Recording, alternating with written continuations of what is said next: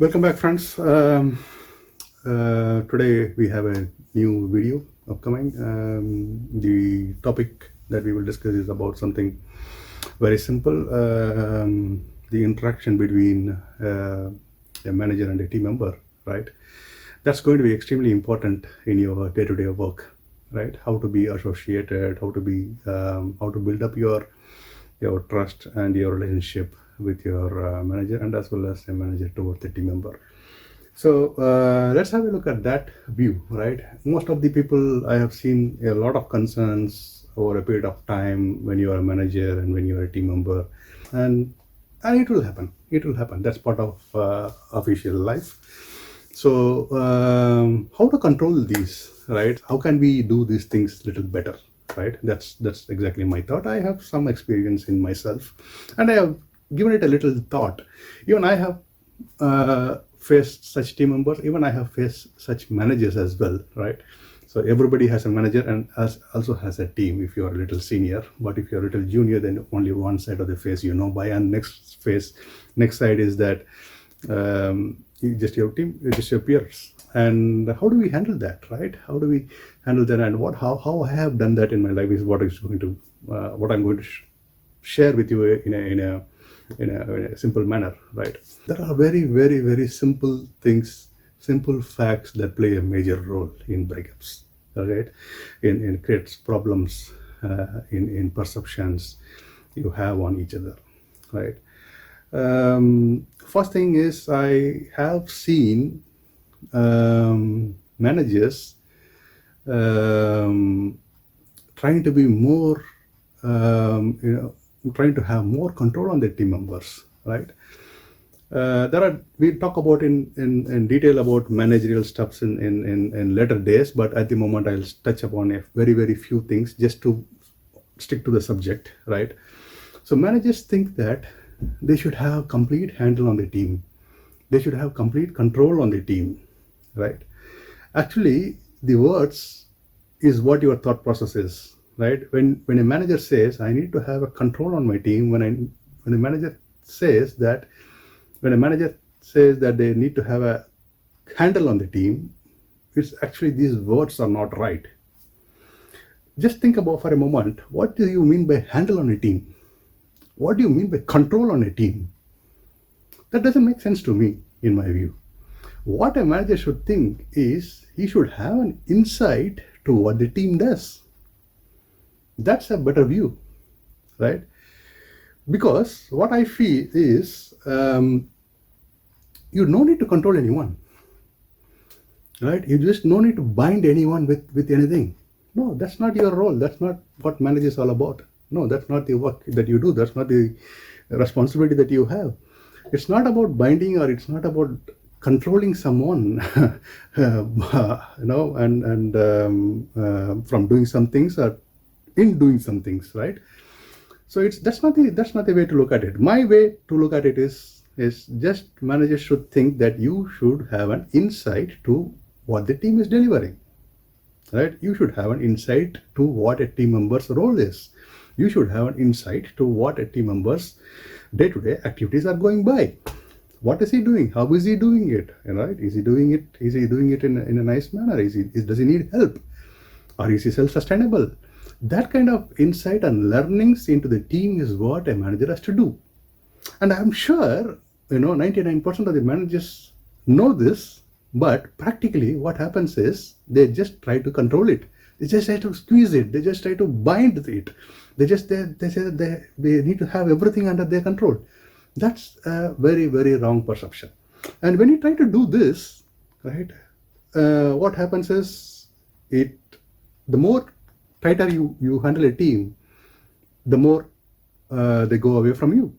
So what I suggest is that always try to unleash your team. The basic thing that you have to do is set a right team. First of all, you as a manager should know what your deliverables are, what your commitments are, what your commitment is to the management, what your commitment is to the client. If you have a very clear view of that, then you have the empowerment, or you have the right facts to build a right team. So that means you need to put right people in the right roles. How to do it, how to achieve it, leave it to them. Leave it to them. Don't try to go into their minds and play your role into that. That's not going to work, and no guys will like that, right? So I believe that's a starting point for all the confusions, right? That's my recommendations to the managers. Team members also need to understand some things, right? Managers also have responsibilities. They also have commitments. They also have deliverables. They also have to be answerable for many people, right? And many more senior people than you are answerable for. So try to understand their situation as well. And the basic mistake that team member does is one mistake that they do, right? There's some team members, and this problem of having a small misperception on each other. That's the whole topic, right, for today. So that happens mainly because of one reason, which in what I have analyzed myself. So this happens to the team members who are very quiet.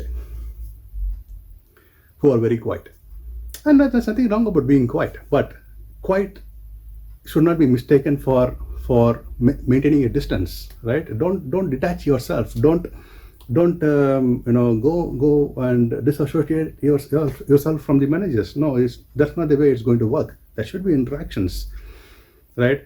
So many of the team members expect that managers has to come forward and ask them what they do, and then they explain a lot, right? For example, if a manager is busy or is into some other topics and he doesn't have time to come to you for a week or for 10 days, and the team members never talk to them. So the team member always has an expectation that a manager will come and ask me, and then I will explain it. That has to change, right? Don't expect your manager to come to you and ask questions. Don't wait for that. You step forward and go yourself with your updates, with your progress, and explain them. So what I suggest is, regardless of all these, I request the team members to, regardless of how busy your manager is, and no manager is going to tell that don't come to me, don't talk to me, and like that. Maybe for one day they will say, or 2 days they say, because they are on board meetings, or they are on higher level management meetings, or they are on some workshops, or whatever it is, right?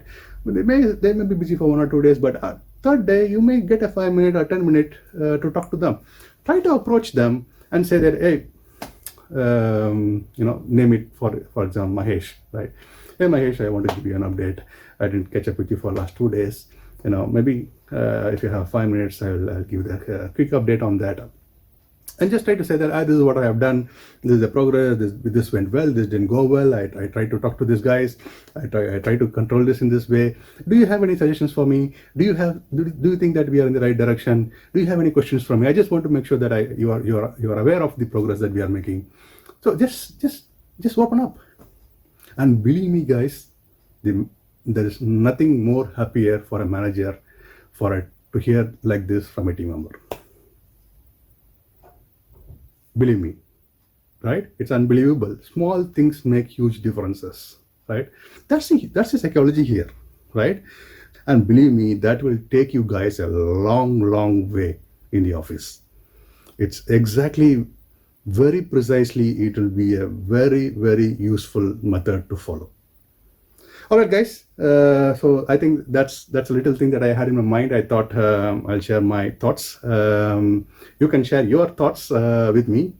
Please throw your thoughts in the comment section, and of course tell me some other topics associated with it. Of course, we will talk about a lot of other topics that we will in the next few days, which will be more interesting on this. Which will be more interesting for us. And if you like this, give a thumbs up and subscribe my channel, Senthil Subbaiah's View, and share with your friends as well if they can be beneficial from these small tips. So thank you so much, guys. I'll meet you soon with the another interesting topic we will discuss further. And until then, take care. Bye bye.